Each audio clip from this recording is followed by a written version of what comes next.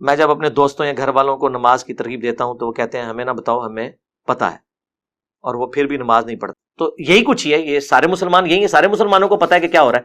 تو آپ صرف پابند ہیں اپنے بیوی بچوں کے، بس اس کے بعد آپ کسی کے پابند نہیں ہیں. ماں باپ بہن بھائیوں کو صرف آپ نے بتانا ہے جو آپ نے، جس کو کہتے ہیں ڈنڈے کے زور پر، اور ڈنڈے سے مراد زبردستی والا کام نہیں، مراد یہ کہ کسی حد تک سختی، وہ اپنی اولاد اور بیوی کے اوپر ہے.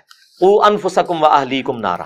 ماں باپ کو آپ احترام کے دائرے میں بتائیں گے، وہ بالکل ٹھیک کہتے ہیں کہ انہیں پتہ ہے کہ اس کا انجام بھی کیا ہونا ہے.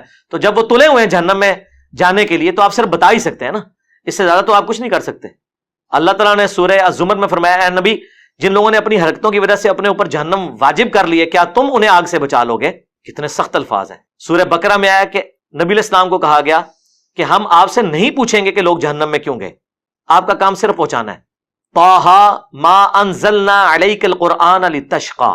ہم نے قرآن اس لیے آپ پہ نازل نہیں کیا کہ آپ مشقت میں پڑ جائیں. الا تذکرۃ لمن یخشیٰ. یہ بس اس کے لیے نصیحت ہے جو ڈرتا ہے. فذکر بالقرآن من یخاف وعید. قرآن سے آپ ڈر سنائیں جو اللہ کی دھمکی سے ڈر جائے. بس. سیذکر من یخشیٰ ویتجنبها الاشقیٰ. ہاں، جو بدبختی پہ اترا ہے اس کو اس کے حال پہ چھوڑ دیں، جو ڈرنا چاہتا ہے اسی کو نصیحت. الذی یصلی النار الکبریٰ. یہ جو بدبختی پہ اترا ہوا ہے نا خود، اسے ہم بڑی آگ پہ پیش کریں گے. ثم لا يموت فیہا ولا یحییٰ. پھر نہ وہ زندوں میں ہوگا نہ مردوں میں.